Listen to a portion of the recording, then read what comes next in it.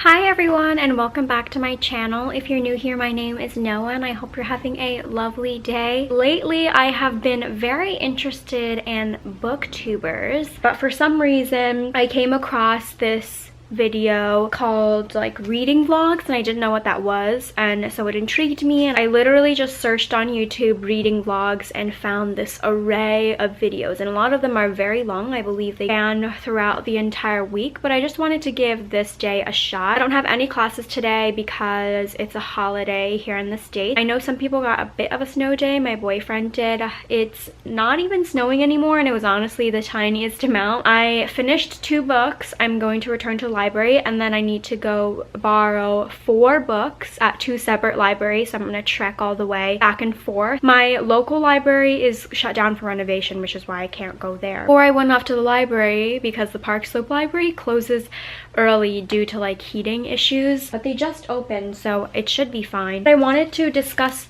the books that I finished. The first one was this one, The President is Missing, by a collaboration with Bill Clinton and James Patterson. I haven't read many James Patterson books, but I really enjoyed this one. I know that it came out fairly recently and I figured, you know, Bill Clinton wrote it. There was a lot of hype on Goodreads about it, that I would give it a shot, and it still has a little news sticker from the library. I very much enjoyed this book. At first, I didn't know if the style of writing was because of Bill Clinton or not, and there are like a lot of chapters which sometimes are only 2 to 3 pages. Because of those short chapters, it created so much more suspense at the end, and I wrote a Goodreads review for this book. I really enjoyed it. I'll leave my Goodreads down below. It has a lot of suspense. I thought it was funny. There were a little bit of parallels between Bill Clinton's presidency and the president in this book, President Duncan, about like impeachment issues. They're under review for totally different issues. I thought that was kind of funny. Basically about President Duncan, who is under review for impeachment because he seemed to be conspiring with terrorists. The story follows these cyber terrorists who are planning this huge attack on the state, and the president is trying to find out why this is happening, and he can't really reveal too much information even to the Speaker of the House, who is the one that's like interrogating him, because it would reveal too much and the citizens of the United States would be in panic. There's a lot of issues with that, and it's sort of noble that he is allowing himself to be under review like this while he basically saves the day. And I just want to say, I freaking knew it, the ending. Like, oh my god, I freaking knew it, okay? I really enjoyed this book, and I'm definitely looking into more James Patterson books after this as well. I also just want to say that yes, I wore this outfit yesterday, but only because I liked how good I looked with the pink glasses and the hoop. I think glasses with hoops are such a badass look, and this was a new black sweater that I was wearing, and I didn't want to just film this in my pajamas, so here we are. I'm gonna change before I go to the library, but I just really liked this look, and it was too dark to take a good picture by the time I got home, so I just wanted to commemorate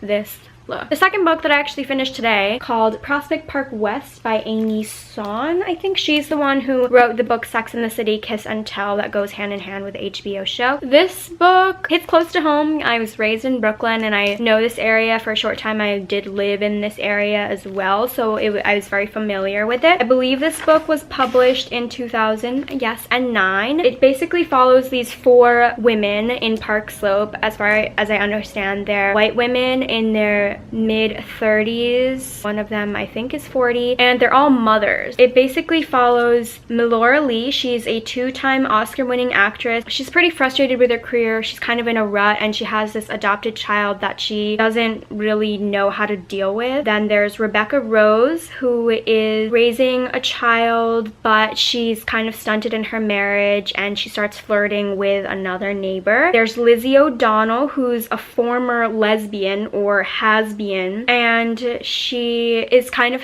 struggling with this relationship. She has a husband and a child, but she's kind of like thinking, oh my gosh, do I still like women? What's the situation here? Am I not attracted to men anymore? Am I still attracted to women? Is it okay that I like both, kind of situation. And then there's Karen Bryan Shapiro, who is kind of like this obsessive mother with her child, but she's also really obsessed with getting this really good house to get into the school district of PS 321, and their lives intertwine in some way, shape, or form, whether big or small. I liked the book at first because, you know, I could really relate to them in the sense of like their neighborhood, but I can understand their struggles as a mother, and I don't judge them or anything for wanting more attention from their husband or struggling to raise a child on their own and thinking that their husband is not being more helpful with raising the child, because they're all stay-at-home moms except for the actress, who she kind of just like pushes off to her nanny. But anyway, towards the end, one of them's like so creepy. She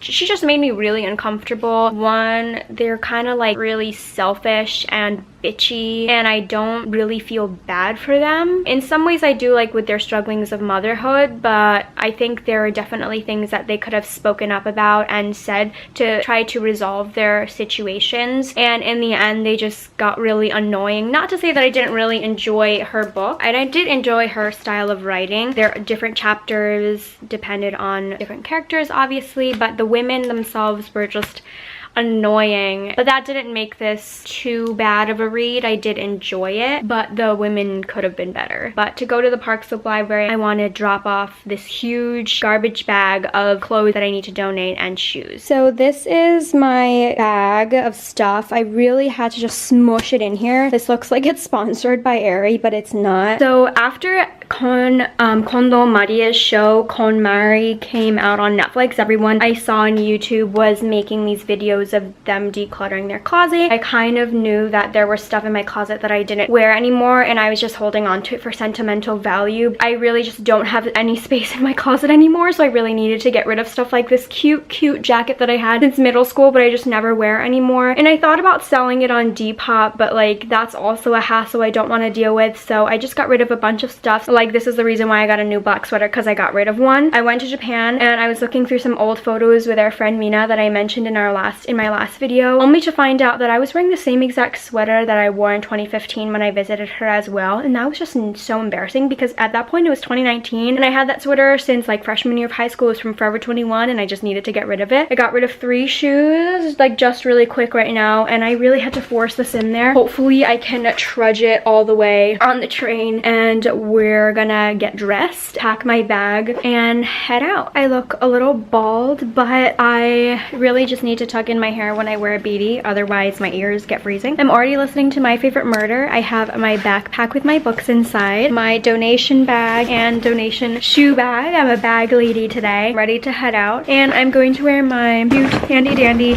Sorel boots.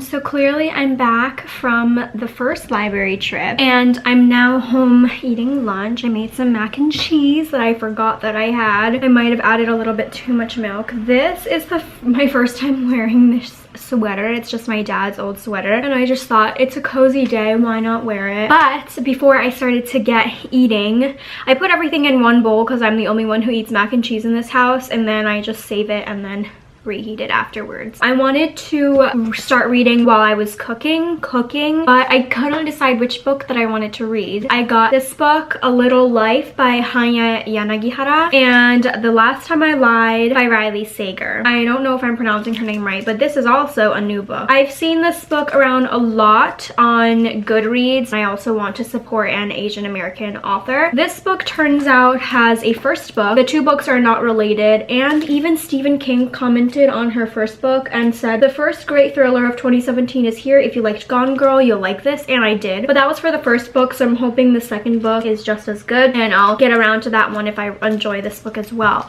But as for what the books are about, and I don't know which one to start. This baby is pretty long. I looked, it's about 813 pages or so. This book is about 4 male college classmates and how their lives are connected, and they move to New York eventually in search of fame and fortune, and it's kind of how their relationships are affected by how their lives end up, I guess. It says they're held together by their devotion to their brilliant, enigmatic Jude, a man scarred by an unspeakable childhood trauma, a hymn to brotherly bonds, and a masterful depiction of love in the 21st century. Hanya Yanagihara's stunning novel is about the families we are born into and those that we make for ourselves, and I think that's so cute, and I'm very excited. And kind of from far away, this guy kind of looks like Armie Hammer. The Last Time I Lied is kind of a thriller. At first, it's about these four characters, these 4 girls at a summer camp. They are playing games in their cabin at Camp Nightingale. Vivian, Natalie, and Allison sneak out of the cabin at night and then are never seen again. 4th girl, Emma Davis, it was her first year at camp. She was like falling asleep while they snuck out, and so she doesn't disappear and she kind of just goes about her life. She becomes this famous artist in New York. It catches the attention of the owner of Camp Nightingale, and who invites her back to teach painting, like become a painting counselor back at the camp, which is now reopening since the girls have disappeared. So Emma takes this opportunity to go back to the camp and try to find out what happened to her friends. Then cryptic clues that Vivian left behind about the camp's twisted origins begin surfacing. As she digs deeper, Emma finds herself sorting through lies from the past while facing mysterious threats in the present. And the closer she gets to the truth about Camp Nightingale and what really happened to her friends, the more she realizes that closure could come at a deadly price. I typically have 3 weeks to finish a book for the Brooklyn Library at least. I never really need that long unless it's like a really big book, but this time I'm going to borrow another 2 books at the other library, so I might just start with the shorter book. Like I said, this book is 813 pages, and Last Time I Lied is 370 pages, so I'm gonna just get started with this book, eat my lunch, and then make my way downtown. It's not downtown, to the library.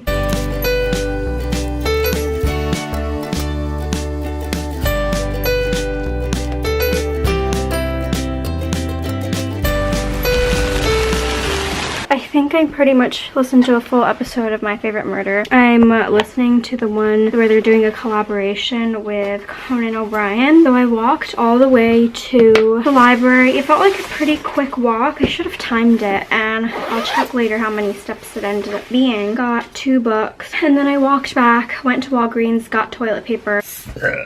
Oops! I am so sorry. Excuse me. This book, Shutter Island by Dennis Lehane, I think. Oh wow, he's also the author of Mystic River. I actually watched Mystic River when I was younger. Always thought that Shutter Island was way too scary for me to watch it. I know it's a Leonardo DiCaprio, but it looks too fucking freaky. So basically what Shutter Island is about is, it's 1954. U.S. Marshal Teddy Daniels goes to Shutter Island. I think that's Leonardo DiCaprio's character. He's there with his partner, and they're at Shutter Island, which houses, I guess, a hospital for the criminally insane, and they're there to find an escaped murderess. They're trying to figure out how she escaped. Like, they're on an island. How is it possible? The closer Teddy and Chuck get to the truth, the more elusive it becomes, and the more they begin to believe that they may never leave Shutter Island because someone is trying to drive them insane. Maybe if I read the book, I'll watch the movie, but honestly, the movie seems really terrifying, so I don't really know. So as for Showa,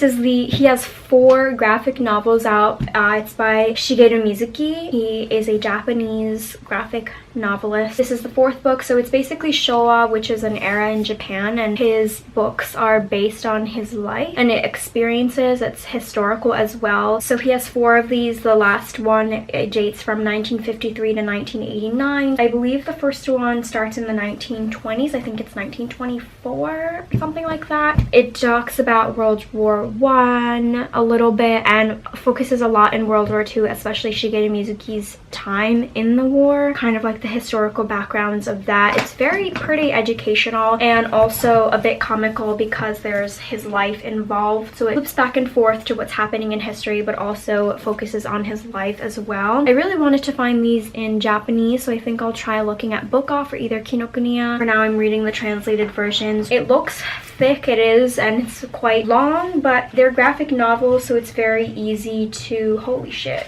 to read through them. I usually get through them within a day or two. I said holy shit because these books, they're graphic novels, but they're all in black and white, only to realize that at the very end of the last one there's a bit of color. Those are 4 books that I have had so far. For The Last Time I Lied, I am only on the 3rd chapter, but I believe there's like a first part which is like a little flashback, and then part 2 which is like present day. So I'm only on page 28 so far. Emma, the artist, has met Franny, the owner of Camp Nightingale, and she's been invited back and told that the camp is going to reopen. So I really haven't gotten into anything yet. I'm only 30 pages into it, but I like it so far. I think I'm gonna hold off on watching any shows for today just because this is a reading vlog. Speaking of shows, last night I started Bodyguard finally with Richard Madden in it. If you don't know, that's a Netflix show, and Richard Madden is handsome Robb Stark from Game of Thrones. I didn't get through the first episode yet because I needed to fold laundry, and then I wanted to get into bed to just read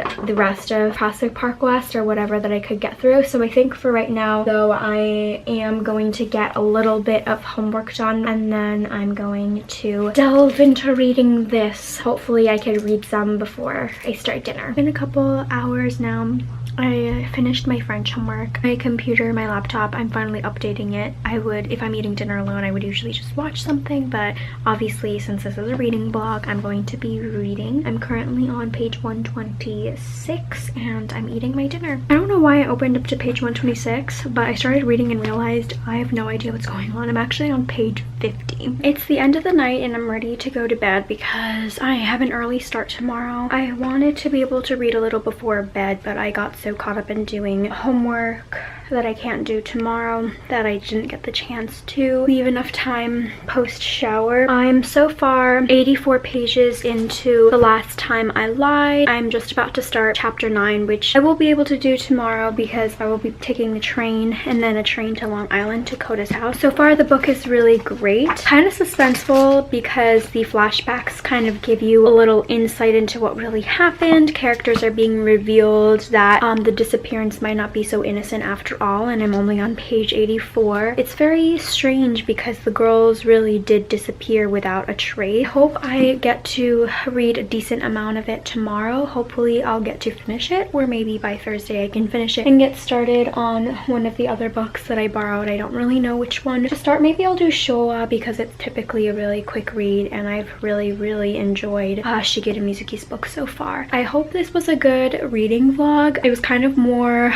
like a little bit of a February wrap-up slash TBR. I kind of hope to be doing more of these, especially when I go and borrow a lot more books. So far, one reading vlog done. I hope you guys enjoyed. Please give me a big thumbs up if you did, and if you want to see more reading vlogs, subscribe down below, and I will see you guys next time. Thanks. Bye.